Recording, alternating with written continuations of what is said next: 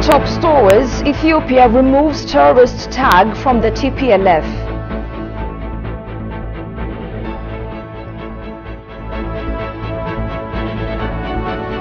And National Dialogue Commission plans to undertake nationwide dialogue this May.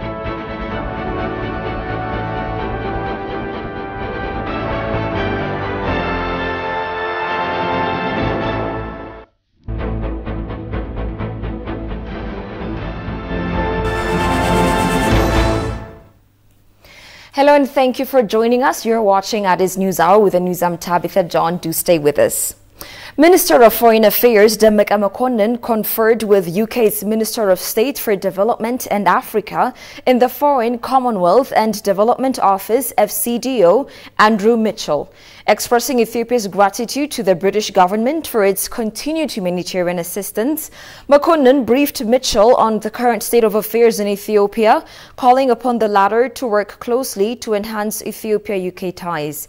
Mokonnin also noted the continued commitment of the Ethiopian government towards the consolidation of the peace agreement within the transitional justice framework, and that it requires the support of partners like the UK to further expedite the implementation.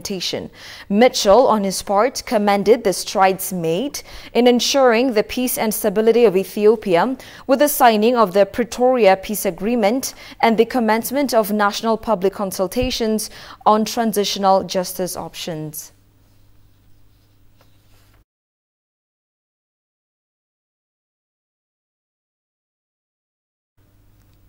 Ethiopia's parliament on Wednesday removed the dominant party in the Tigray state, the TPLF, from a list of terrorist organizations, a significant step towards establishing an interim regional government following the end of a 2-year civil war.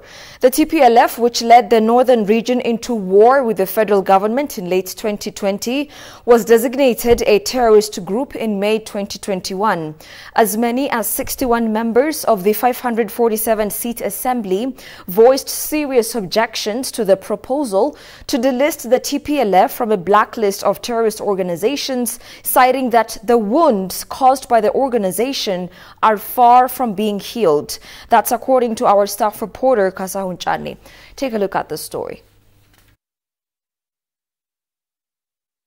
Following lengthy debates, Ethiopia's federal parliament voted to remove the terrorist tag from the TPLF, the organization which dominated Ethiopian politics as a ruling party for close to 3 decades before being ousted from federal power in April 2018. Tasfaye Beljige, the chief government whip with a ministry rank, told the House that the removal of the TPLF from the terrorist list was necessary in order to break the cycle of war, avoid sowing seeds of hatred and evil, and resolve political issues. As a nation, we must create durable peace throughout Ethiopia, regardless of the various ideologies and political viewpoints that we may opt to pursue. This is an overthrow meant to help speed up the formation of an interim government in Tigray and one which we are duty bound to implement as per the Pretoria Pact. The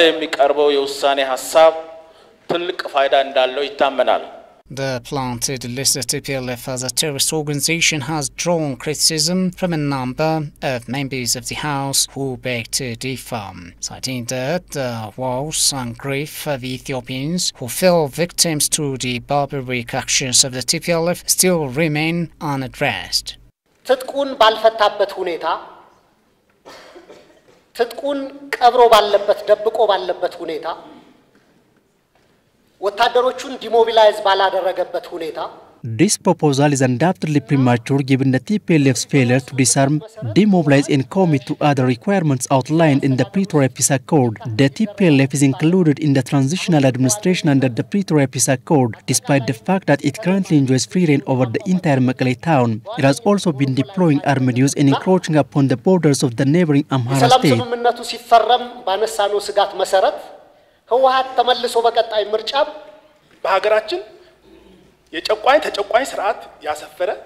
The TPLF leaves no stone unturned to tear the nation apart. thanks to its decade of rich experience in hate politics and narrow nationalism. This fact continues to stare us in the face, coupled with insecurity gripping other parts of the nation. በተማመኛው ይሄን ነገር እንዳይሆን የሚል አጀንዳው ይሄ ከሆነ ከዚህ መቅደም የነበረበት If the intention here is to remove the tourist tag from the TPLF, then alternative proposals should be put up and given due consideration. The TPLF's true colors cannot be erased from the mind of Ethiopians. We all know how this organization lived on and profited big time from acts of terror.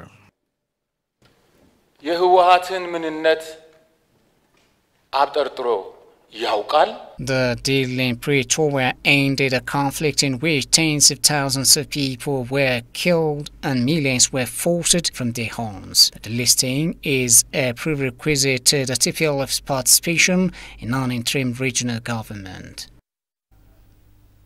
The newly appointed ambassador-designate of the Republic of Turkey to Ethiopia, Berk Baran, presented a copy of his credentials to the Chief of Protocol of Ministry of Foreign Affairs of Ethiopia, Demek Atanafu.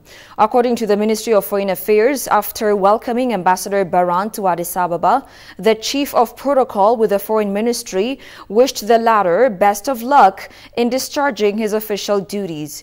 He also extended the sympathy of the people and government of Ethiopia on the recent catastrophic earthquake in Turkey.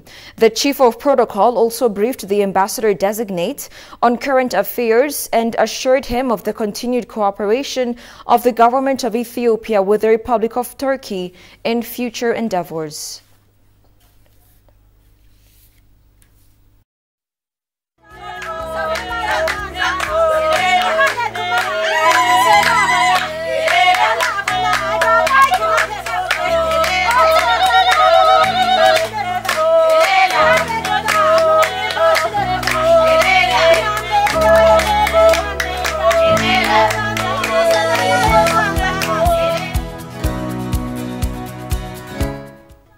Welcome back. One of the initiatives taken by Ethiopia to break from the cycle of war following the peace agreement was the National Dialogue. Established to oversee the implementation of this initiative, the Ethiopian National Dialogue Commission has been exerting efforts to heal wounds of the nation. Head of the commission, Mesfin Araya, told ETV that the commission plans to launch a nationwide dialogue come May. Johannes Fentahun has the full story. A year ago, the Ethiopian National Dialogue Commission was established by the House of People's representatives to resolve problems that are occurring in Ethiopia through peaceful dialogue and consultation. Since its establishment, the Commission has been doing various preparations to start the consultation process. Commissioner of the Ethiopian National Dialogue Commission said discussions will be held to reach consensus through successful dialogue to resolve nationwide problems. የምክክር ሂደት የመጀመሪያው መጨረሻ መግባባት ላይ መድረስ The first end of the consultation process is to reach consensus. It is expected that an agreement will be reached among responsible states. Even if this is not the case, it will continue to be agreed upon. After the consensus, national reconciliation, reparations and justice are expected. ከመግባባት ቀጥሎ ምን ሊሆን ይችላል? ካሳዎች ሊሆን ይችላሉ ከመግባባት ቀጥሎ ምን ሊሆን ይችላል ፍትህ ሊሆን ይችላል In the points he raised regarding the parties which will participate in the national dialogue, as one of the features of the commission is its inclusiveness, all actors of the society will participate, the commissioner added. የኢትዮጵያ ሀገራዊ ምክክር ኮሚሽን አዋጅ principle of Ethiopia's national consultation is about its participatory and inclusiveness. It is also based on credibility and impartiality. Therefore, if it is inclusive, all Ethiopians will participate, and also sections of society outside the governmental structure must be included. The commissioner said although there are wrong deeds committed against the people in Ethiopia during different regimes, it is rarely noticed when public apology is requested for the crimes committed at the group level. Adding, Mesfin stated that the Commission will include indigenous conflict resolution mechanisms in the planned national consultation. In the course of Ethiopia's history, there are no common ways where the oppressors say they made wrong, what we often observe is the idea that I was wrong, not that I have sinned. For this, it is important to use indigenous conflict resolution mechanisms. The Commission, which is completing various preparations, announced that the consultation process will begin in the coming May 2023. Ambassador Extraordinary and Plenipotentiary of Ethiopia to the Benelux countries, Hirut Zemene, met and discussed with delegates from the Netherlands and Belgium foreign ministries that will be visiting Ethiopia from 22nd to 24th March 2023. Zemene highlighted the current developments in Ethiopia that ranged from efforts being made to establish the national transitional justice system, national political dialogue, and revamping development projects, as well as rehabilitation and reconstruction efforts in the conflict-affected areas in the northern part of Ethiopia. Marcel de Vink and Axel Keynes, the political directors for the Netherlands and Belgium foreign ministries respectively, expressed their wishes for the peace process to flourish. They also expressed keen interest to learn more about the process of transitional justice and the reconstruction efforts. They all noted their interest to strengthen the bilateral links between the two sides.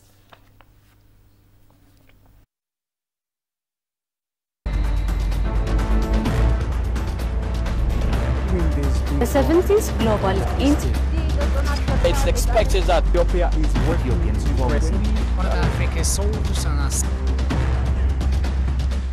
Our news is always aired on Monday to Friday on 11 a.m. and 9 p.m. and also on Saturday and Sunday on 9 p.m. Make sure to follow us.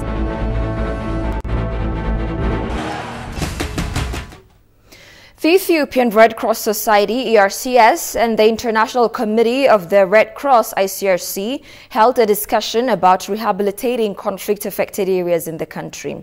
ERCS Secretary General Getachew Ta pointed out that it is indispensable to work cooperatively to intervene in the humanitarian situation in the country and the impact of conflict in the northern part of Ethiopia. Moreover, the Secretary General said collective efforts are needed to help people who have been affected by the conflict as well as climate-driven disasters. Deputy Regional Director for Movement Affairs Africa, Karen Leave, on her part acknowledged the humanitarian support ERCS is dedicated to providing for conflict-affected areas. As a final point, both sides agreed to further deepen their discussions and to maximize their commitment to strengthen the relationship and address the issues raised during the discussion.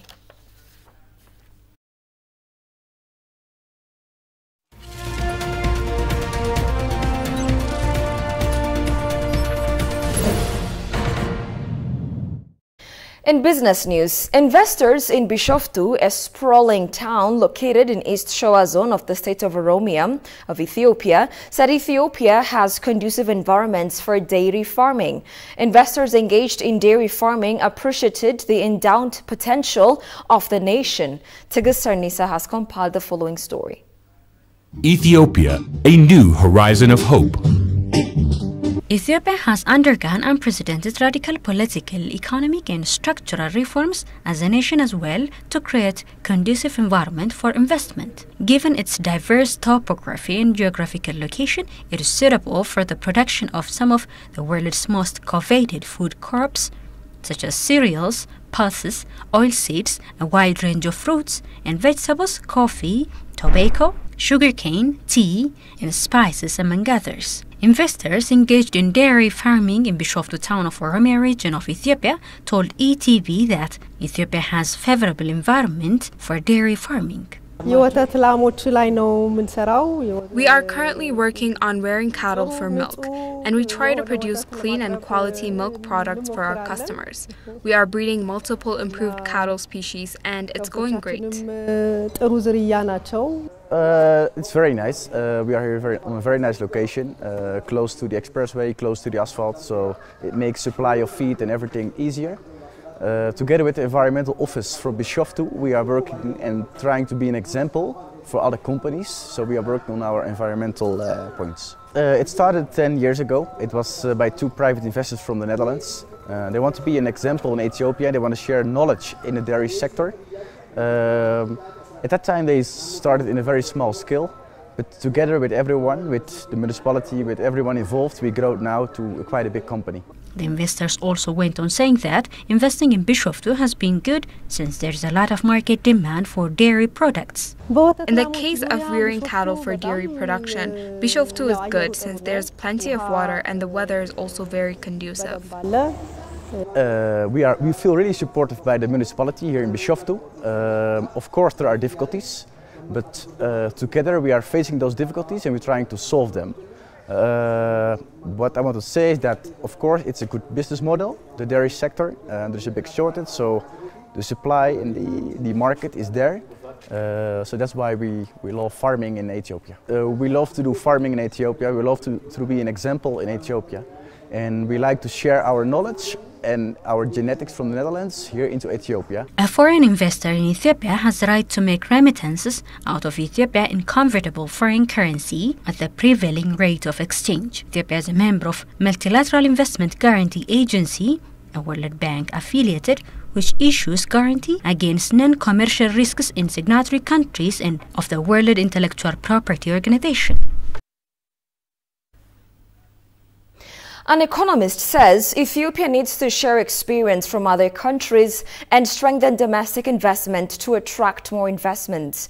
Global chairman of Fairfax Africa Fund, Zamedina Negatu, stressed that peace and stability should be at the heart of the government to draw investors. Goshu Melliso takes it from here.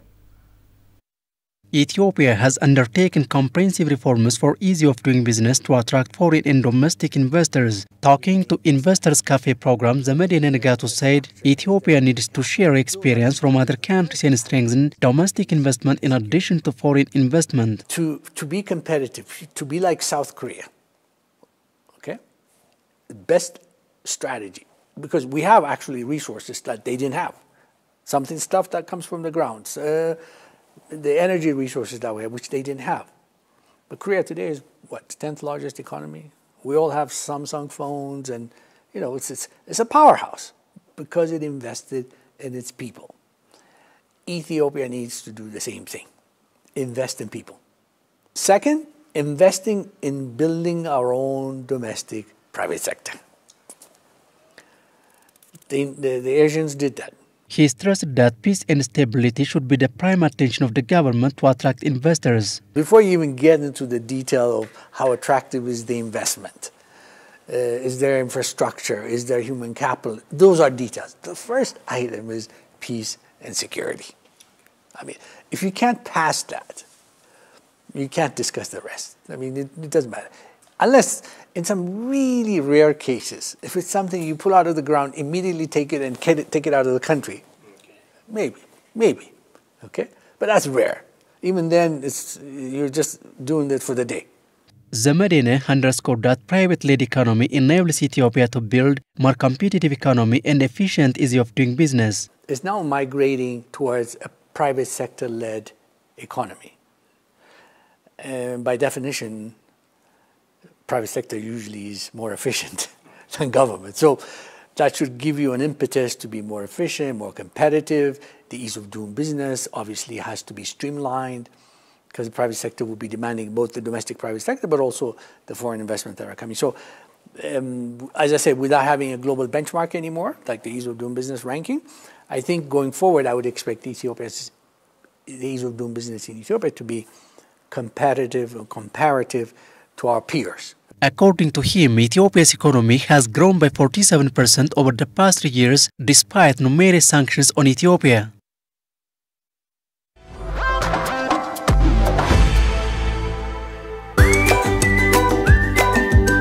Welcome to the land of origins. Commercial Bank of